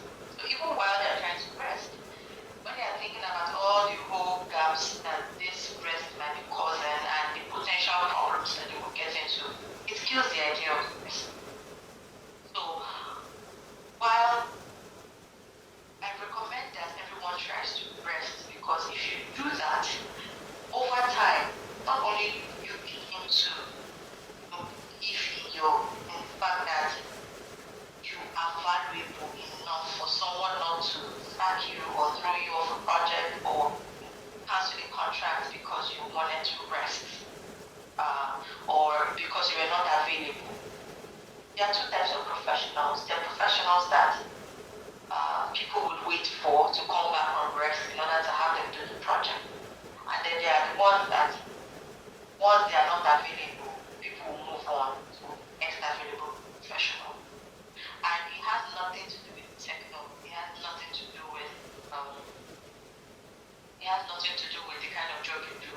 it has everything to do with the kind of reputation you build for yourself, how kind of value add you give to your workplace or your clients, and when you work with them, enough for them to build that trust in your capacity. So as we are trying to, one of the things that as I try to incorporate a lot of rest is, even though it has improved my productivity and greatly improved my work, I think that over time, the skills that I learned through corporate world in delegation, I don't know how to be able to figure out. And hearing you say that and giving me more tips, I was like, yes, we're not doing something wrong. So I highly, highly recommend every chef, and also say that I'm sure a lot of people are thinking in their head, if I rest on a Monday, the whole world will shut down. If I rest on a Friday, the whole world will shut down. I will lose this, I will lose that. But if you actually dig deep, realize that if you feel like you've not gotten to that stage where your skill set is so valuable that the world will not move on without you, and the best bet is to, continue building your skill set to that point where you don't just go off work irresponsibly, but whenever people reach out to you and you have a good communication mode and you say, I would love to join on this project, however, is it possible for us to comment on so days? That way they'll be like, okay, I can work with you on that, because they trust that when you jump on that project, their problem will be solved. And I think that maybe that would help to give people much more confidence in going on that well-needed rest. I just wanted to add that part. Thank you. Thank you so much for this. I remember, and then what you said about confidence is true. Anybody around me knows that even if President Tinubu invites me on a Monday, that is, he will not get me. I remember, I think it's not up to 3 months ago, the global president of one of the top 5 NGOs in the world came into Nigeria, and then they selected young people to go have a meeting with him. And then I graciously received the invitation. The invitation was an all-expense-paid trip to the city to receive him, have a feedback, and then you go home and you have the opportunity to pitch your ideas. And I saw immediately I saw Monday, I said, it's not for me. Rejected. These countless opportunities are things that look big, but I have a structure, is almost near religious, that I follow. Because I found out that the days I break it, my life tends to go off balance a bit. So in order to, I have made it's structured, it's stamped, it's there. And then the thing with this is that you will think that if you take break, all the opportunities will be lost. But some of us who have taken 40 days out of this year, sometimes it may not be in terms of money, but in terms of these are the goals I want to achieve this year. By the time I take stock of it, you find out that the person who rested has achieved far more than the person who did not take a rest. This is the mystery about it. So you say, you mean every week you take out 1 day? Yes. But if you see the goals, so I don't compare myself to anybody, I compare myself to myself. That those times that I was not taking a day off, I see the goals and I see the level of implementation. In fact, if it is in state government, they say budget implementation, sometimes 30%. So sometimes I see that my budget implementation is less than 30%. But now that I'm taking rest, I've seen my budget implementation skyrocket. It is even beyond what people see on the surface. Internally, I see myself achieving and taking off those boxes because I have the energy to do so. So I think I agree with you. It shoots us off confidence, and many people can think that it will not profit them. I dare you to think, try it. Try it and see how your life, the quality of life will improve drastically. And then when you eventually get back to work, you will see that you are in the work, present. It was Jim Rohn who talked about this. He said that there are people, when they are at work, they are thinking about home. And when they are at home, they are thinking about work. So they are work, they are thinking about resting. And when it's time to rest, they are thinking about work. That's not a very healthy If you're at work, be at work. If you're at rest, be at rest. Thank you, sir.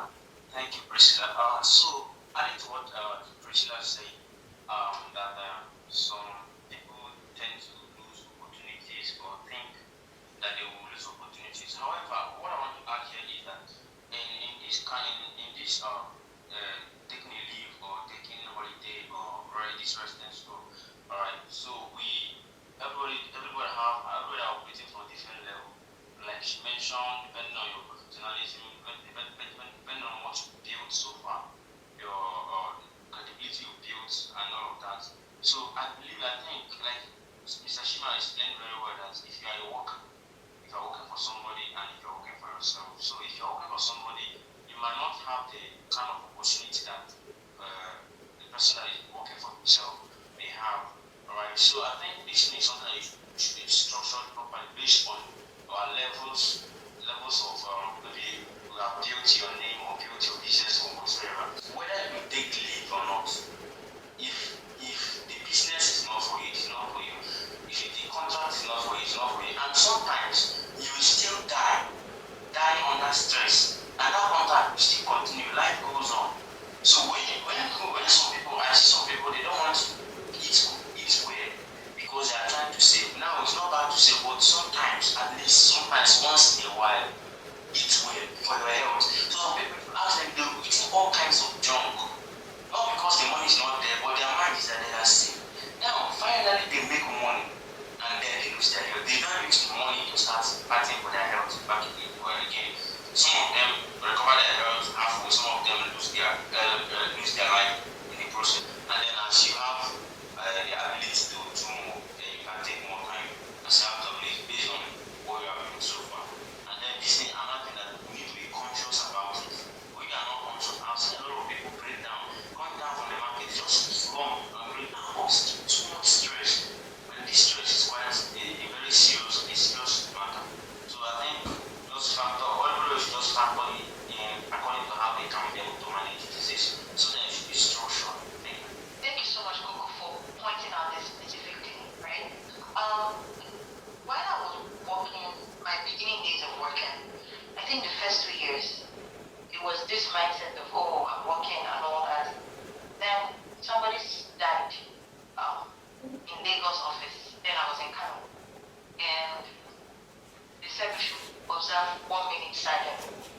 And technically, we didn't observe that 1 minute silence because while there was a 1 minute silence going, there were some of our colleagues that didn't get the email on time, and then there were some that were standing up and telling the other people to stand up. So I think that person got marked 5 seconds moment of silence. And then that got me thinking. It got me thinking, like, so what exactly was all this about? And then the commission held talks, and they did the whole calamity that happens, scheduled health talks for all the offices across the country because it was a multinational. Everybody was scheduled for different times so that they can do all righteousness, and that got me thinking. Even back then when my dad was in the bank, I saw that every time he come home I say, colleagues slumped. And even though I wasn't in that place to, pick and choose my days of work, I made a conscious effort to not rest as much as I did. To rest better than I used to, personally and actually. But one thing I noticed, after that thing that I started doing that intentional rest, I realized that my quality of work improved so well that I was part of the top performer from across Lagos and Kano. Now, because of the quality of work has improved, I was getting called into that involved me, in suggestions that improved my own welfare. So of course, I would always give suggestions that improve welfare of staff. And over time, taking extra shifts was, everybody knows I don't work extra shifts unless it is SOS for you or maybe serious emergency that I can come in, but I don't take extra shifts. And because I don't take extra shifts, my time was freed up enough for me to start learning other things and then start building my capacity in being able to pursue entrepreneurial stuff. And then that is one part of work.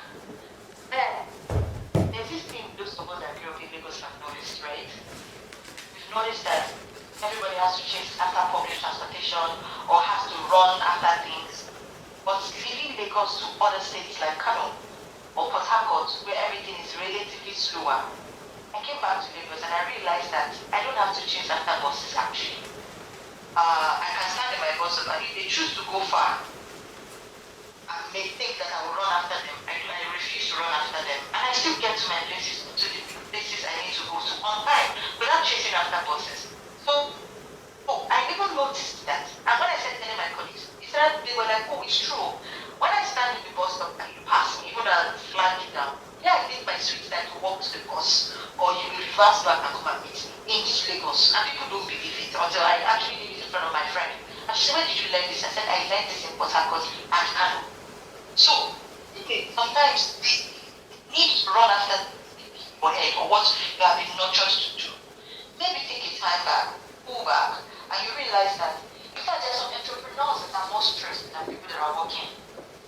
Okay, you've left the working sector, you've taken up entrepreneurship piece, and then you're even more stressed than when you were working because you're trying to meet deadlines. You are scheduling impossible times. You're giving a client impossible times. If clients' work that's supposed to be 3 weeks, tell them you can do it in 1 week because you just want them to pay you money.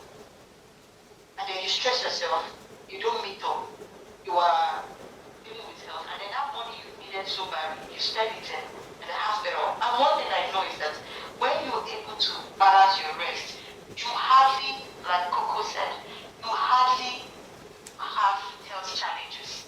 And by the grace of God, the last time I was in the hospital was in 2018. I realized that if I intentionally look out for my health and my rest, I'm more productive, I'm more valuable to clients, and then I'm even valuable to my parents because they know that I will not go and put myself in a situation where I'm extremely stressed. If you go to the market, you see people, they are buying a lot of things. In fact, my siblings know that when we are buying bulk things, you will not catch me then carrying anything plenty on my head. I feel like I'm looking for all those amugis that carry things. And I learned this by all the various states I've gone to. I would look for people that carry load and I would give them that 100 naira so that I can walk. If it means that I don't make etcetera or cook, that's fine. Give someone to carry the load and then I walk beside you. And then we get to the bus or we get to my car or we get to the taxi. So these are little ways you can just, not look out to actually give yourself stress. Some people rather carry 25 kilogram or 50 kg rice on their head instead of giving people whose job is to carry cargo. That's 100 naira. And that's what Chima was saying. Outsource the little things. And you find out that whether you're working for someone or someone is working for you or you are an entrepreneur, national about stress. And the reason why I say this is a lot of people just smoke for nothing. Just smoke for nothing. When you Lagos, you are running after a bus, and then the bus notices you are running after them, the bus is still going. Before you know, slip your leg and fall and get injured, and the only thing you get is sorry and you move on. To what end did you put yourself through all the stress? Nothing. So I'm saying because a lot of people have slumped and died for nothing.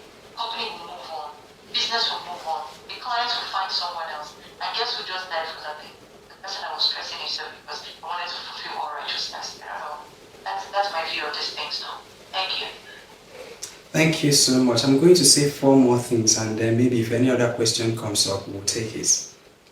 So number 1 is assertiveness. When you say that you're not taking more extra shifts. So some people take on more stress because that they are not assertive, right? So there are sometimes you have to politely learn how to say no. Learn how to say no. Learn how to negotiate better.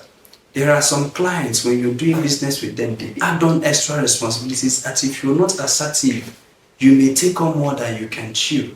At the workplace, you may take on more than you can chew. They can ask you, when can you deliver this? You know it is 1 week, but because you want to be a good person, you don't say it's 2 days. And then while you're still doing the deadline of 2 days, another colleague asks you, can you help me with this? Instead of saying no. So assertiveness, if you don't have it, take a course on assertiveness. Go to YouTube and learn things about assertiveness. How to politely say no. How to politely say no.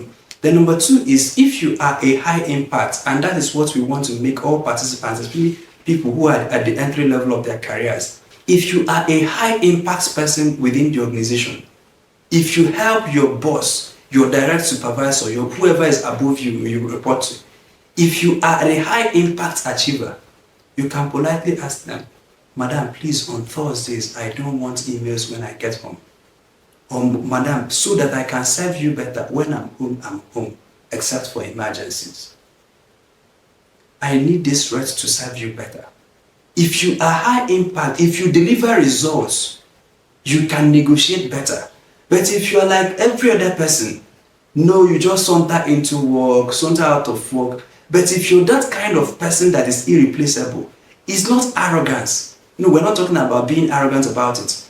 It's that you can go to them and say, Madam, so that I can be able to put in my 110% when I'm here. When I'm here, I'm here. But on these days, please, can I go earlier? Or at least if I go home, can I be sure that no calls will come in except for emergencies? Then you will see that they will begin to respect it. And then sometimes go to sleep. This I found out in my own life. There was a time I was doing highly stressful thing. And what I do, once I come back and eat, I go to sleep at 8. By the time I wake up by 1 a.m., I've done 5 hours. Now begin to take note of when you come back home and how long it takes you to shut down. That's also part of the things that some people take 4 hours to shut down.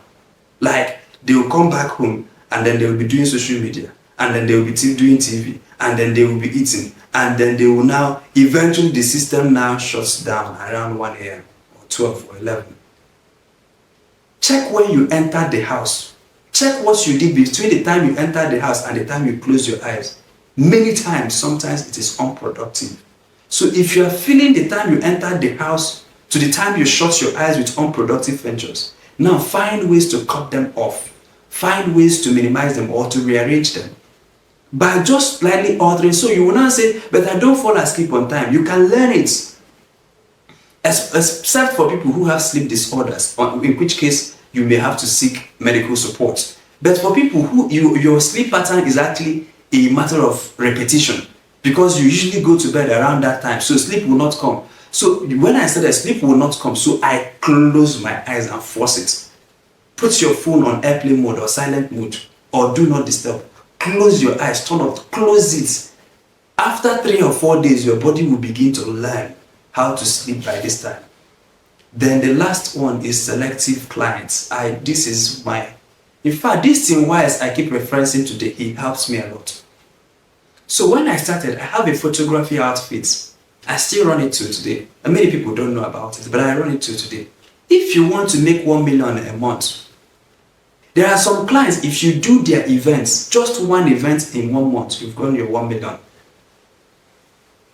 Then there are people, you just have to do 500,000 naira into 2. You've gotten the 1 million. There are others, they have to take 10 clients at 100k each before they make 1 million. But there are others, they must have to service 50 customers at 20,000 naira each before they make 1 million. Now, this book I read says, cut out the unproductive clients. What do I do to attract the kind of funding I need? So the kind of clients that can pay 1 million for one event, what do they like to see? What kind of cameras do they like to see? What kind of professionalism do they want to see? But I also see other photographers. They jump from one event to event. Their armpit is always brown. They are doing wait and take. They snap 10 pictures and give it 100 naira. That picture is, how many pictures do you have to snap at 100 naira before you make 1 million? So what I did that time, I was writing a lot. I just take on one client in 1 month. And I do the work for 1 day, 2 days. So in a month, I work for 3 days. I use the 27 to write. I can criticize, I can do public policy. Because I position myself, according to the book, to be attracting those kinds of clients that can pay. So if you look at what you do and look at your bottom line, these people who can pay this, what do they need? Now, this may not be for everybody, but it may be for people who are into service. So if I need to make 5 million, I can do it in 1 transaction. Okay, I can do it in 2 transactions. But if you want to do 5 million in 50 transactions, be ready. Because they will stress you. And I found out that those people that pay 50,000 to cover their events, they first of all pay you advance of 10,000. And then they will now tell you that they did see their uncle in the picture, that their cousin sister did not come out. Then they will drag your balance At the end of the day, you did the whole event for nothing. So, if you can select your clients, if you can become productive, even if you can't charge 1 million now, look around you. The people who are charging this 1 million, what are they doing? How are they positioning themselves? What kind of equipment are they using? What kind of marketing strategy are they using? What kind of product are they delivering? And then if you can get a goal to push your things up to in 1 year or 2 years to the place where you can start selecting your clients, so that if you take on 2 clients, if your capacity is to take 2, you take 2 and service them. You give them your very best. So now, because I took 1 client in a month, I will take my time to edit their video, professionally done. Take my time to edit their pictures, professionally done. But you see these people that take on 50 clients, they just rub something on your face. They just because they need to turn out quickly, and then their pictures are not nice, and then eventually they didn't still make enough money. They serviced more clients, but at the end of the month, some people get more bottom line. So those are the 4 things I want to say. Yes, Coco, you have the 1 minute to summarize your point before we now close the session today. Thank you so much. As we are moving around, I don't know why sometimes Christians, or even Christians, are still having slave mentality in pursuing business, in pursuing the cares of life. We need to actually be commanding our environment, because the way you carry yourself, it matters a lot. It's first of all in your mind, and you stay. And it's funny enough, the whole environment seems to be reacting to us towards the way we carry ourselves in our mind. And that's one powerful thing she said there. My other thing I want to say is that most of the time, I think the stress we won't see we don't want to create the stress by ourselves, because at the time while I was teaching in school in Abuja, so I noticed something. So I will be in school sometimes 7 hours, sometimes some days 9 hours. But I noticed something. Even the days that I close school by 2, when I get home, I'm tired. I'll be unproductive till the next day. At the point I had to sit down and think about these things. I said, why am I even always tired? And I realized I'll go to school, I'll be taking classes, a classes that is not my classes, because I'm students' favorite. So I take after my class, I can take extra class, free period. Individual students have free period. I enter the class during free periods, and when I get home, everything is on my body. So I learned something. Any work that I'm supposed to do in school, my writing, I carry what I'm supposed to do as a teacher in school, I take it home. I do some of them at home. So when people when I'm in school, when some classmates or now, when people are in their workplace, some of the works that are supposed to do in their workplace, they don't give all of it. They try to do some at home. So they divided so they're no longer working 9 to 5. Some of them are now working 9 to 9. Some of them are now working 9 to 10. Because what they're supposed to do in the office, you didn't maximize your office hour. Your office hour, you move some of the projects home. And when you get home, you already have other things to do in the house. And it's now joking with the project you carry over to your home hours. And then all these things we are creating stress by ourselves. Alright, so we need to cut down on it, know the things that we're supposed to do in the office. So even the people that are leading, even the people that owns the business or owns whatsoever. Alright, so because there was let me give you this one example. There was a time, so the school wanted to do something, and I was telling them, let's do this thing on time. Look at it, let's do it. They will say no problem. Towards the end of the month, we'll do it. They didn't do it on time until 9 minutes. Everybody was rushing. I told them, I don't work under stress. I said it, and even the boss had to come and say, sir, I don't work under stress. I've been begging you, let's do this thing all this while. They agreed with me, and they did my own terms. They suffer the problem. What am I trying to say here is that we should stop creating stress by ourselves without being able to speak up. That's trying to be under every. Say it, declare who you are. Say politely, say what you can do, what you can afford for the company, what you can afford for the business, and say yourself. Stress. And again, we don't maximize our resting hours. We don't have free period. Instead of using our free period to rest well, we're supposed to rest well. Is that well? We should know where to do your free period. But they're supposed to be resting well, or at least go for games, go for entertainment.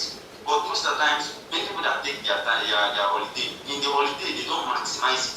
Maybe they spend the holiday doing things that doesn't help to rejuvenate their brain. And it's also all of this is supposed to be also looking into it. Thank you. Thank you so very much for that. I appreciate you, especially in this digital age, that sometimes you can be home and you can be holidaying. If you didn't go to work, work will come to you. They will have emails waiting for you, approvals, things waiting for you.